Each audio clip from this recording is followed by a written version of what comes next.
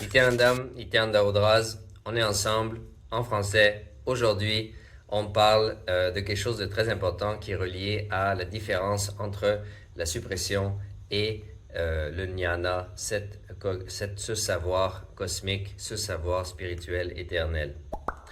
Donc, il y a des choses dans la vie que l'on veut changer. Il y a des dimensions de nous que nous ne voulons pas se rappeler que l'on a ou qu'on ne veut pas manifester. Et donc, dans ce processus, ce qu'on nous apprend, surtout aujourd'hui avec l'éducation que l'on a, avec la compréhension du monde que l'humanité a, nous apprenons à,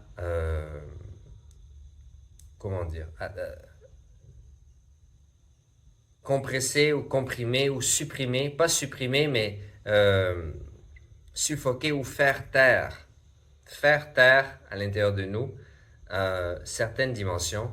En anglais, on dit repress. Donc, on essaie de réprimer certaines choses, certaines dimensions de nous parce qu'on ne veut pas qu'elles se manifestent, parce qu'on ne veut pas que les gens voient ça ou parce qu'on ne veut pas, peu importe. Donc, on finit par réprimer certaines dimensions de nous, pensant que ces choses vont disparaître. Mais le problème, c'est que la répression, ça ne règle aucun problème. Tout au contraire, ça permet à une certaine pression de se construire à l'intérieur de nous jusqu'à un point où la vie nous mettra dans une situation où nous allons vivre une forme d'impuissance et nous allons éclater. Et cette violence que l'on crée envers nous-mêmes par le simple fait de réprimer, eh bien cette violence se manifeste et fait du mal à soi-même ainsi qu'à autrui. Et donc, il faut comprendre que la seule manière de vraiment transformer sa vie, ce n'est pas de réprimer les dimensions ou les choses que l'on ne veut pas, c'est d'obtenir, de recevoir le savoir de Paramashiva, le jnana, qui nous permet de transcender ces dimensions de notre vie, de transformer, de littéralement faire en sorte que ces dimensions de notre vie vivent une alchimie qui permet de transformer cette énergie dans cet espace de la complétion pour pouvoir accéder à des niveaux de conscience plus élevés, à une compréhension plus complète de la réalité, plus directe de la réalité, afin de pouvoir se libérer des choses que nous ne sommes pas intéressés à entretenir. Certaines choses nous entretenons parce que ça a été notre décision, certaines choses nous entretenons parce que c'est un bagage karmique que nous recevons, du corps que nous prenons, de la famille dans laquelle nous sommes vécus, dans la société dans laquelle nous avons grandi.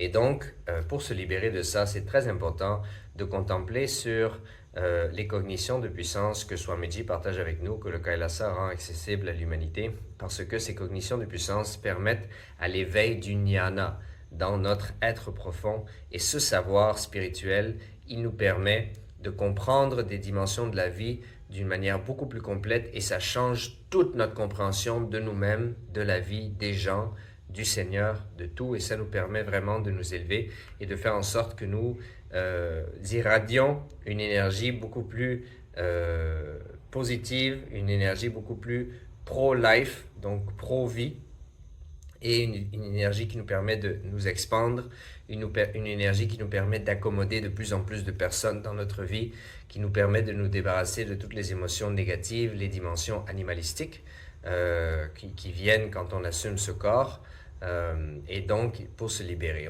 Fondamentalement, se libérer de notre attachement au corps et de notre attachement au mental.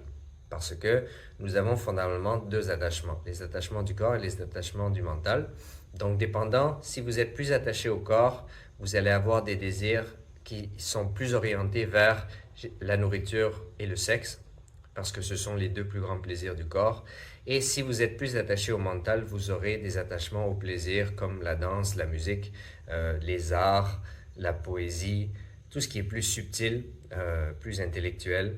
Et donc, ultimement, il faut se libérer de ces deux attachements pour pouvoir revenir dans cet espace de puissance pure de Paramashiva qui est dans cette pure conscience, qui est omniprésente, qui est partout en même temps, qui est toute puissante, qui sait tout et qui ne peut jamais être changée, qui ne peut pas être altérée, qui est souveraine, la vraie souveraineté en réalité.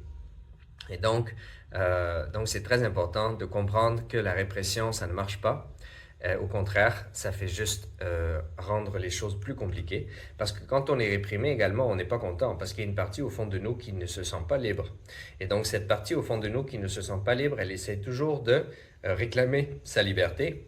Et dans ce processus, il y a beaucoup de problèmes qui sont créés, qui sont indésirables en nous et à l'extérieur de nous. Et donc il faut vraiment permettre à ce savoir, à ce jnana de se manifester en nous pour nous libérer de toute cette souffrance inutile, de toute cette répression et de toute cette pression et cette violence qui se tait mais qui n'a pas disparu et qui n'attend qu'un moment opportun pour se manifester.